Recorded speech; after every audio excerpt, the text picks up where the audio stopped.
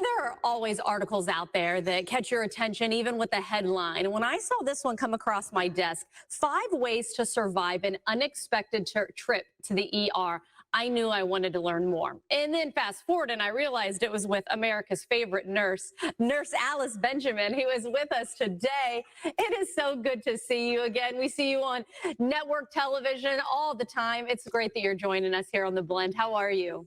I'm good, Natalie, and I hope everyone's doing well too. You know what? We are. Thank you for asking. Hey, before we dive into these 5 tips that I think are so important and that you make very attainable, I do want to talk about how it is National Minority Health Month. And sometimes it's one of those things that we don't necessarily think about, but we should, because you've been able to point out some of the things that are just systematic racism that are still in the healthcare system that people deal with way too often. What are some of those things that you're seeing?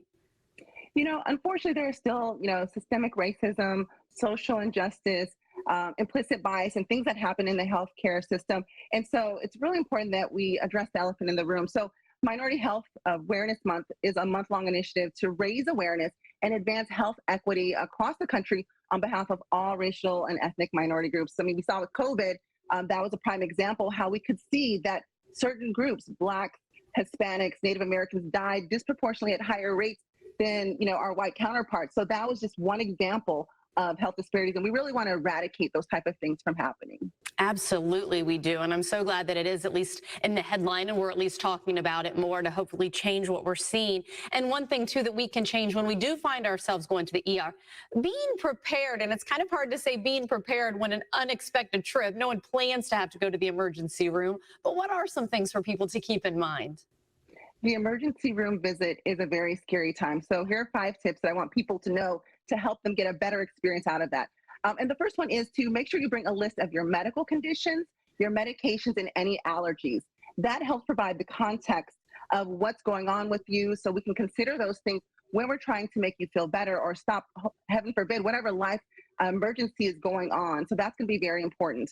Also, number 2, we want to focus on your biggest issue. Now, we know that there are probably several things going on and all of them are important, but right now we need to focus on the most number 1 life-threatening emergency that's going on right now. Then once stabilized, then we can get to addressing the other things that are going on with you.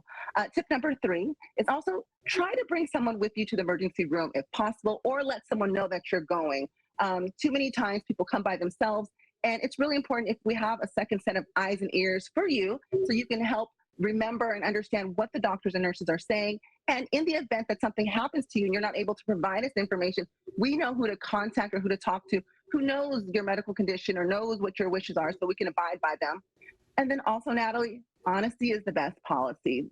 This is not the time to be embarrassed or afraid of, oh my gosh, I don't want to tell anyone my business. Well, your business is what's going to save your life. We got to know, did you take something where you're around a particular environment or a toxin?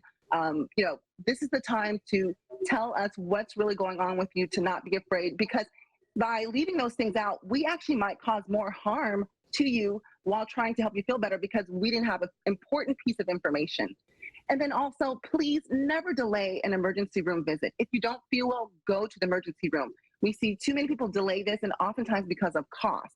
Now, I know, cost is very important. We do understand that. However, if you come in earlier and are seen, we can maybe take care of something when it's smaller and probably cost less versus waiting till you feel horrible, and then all of a sudden you're there for a very major event, and then it's going to require surgery and all of these other expensive things.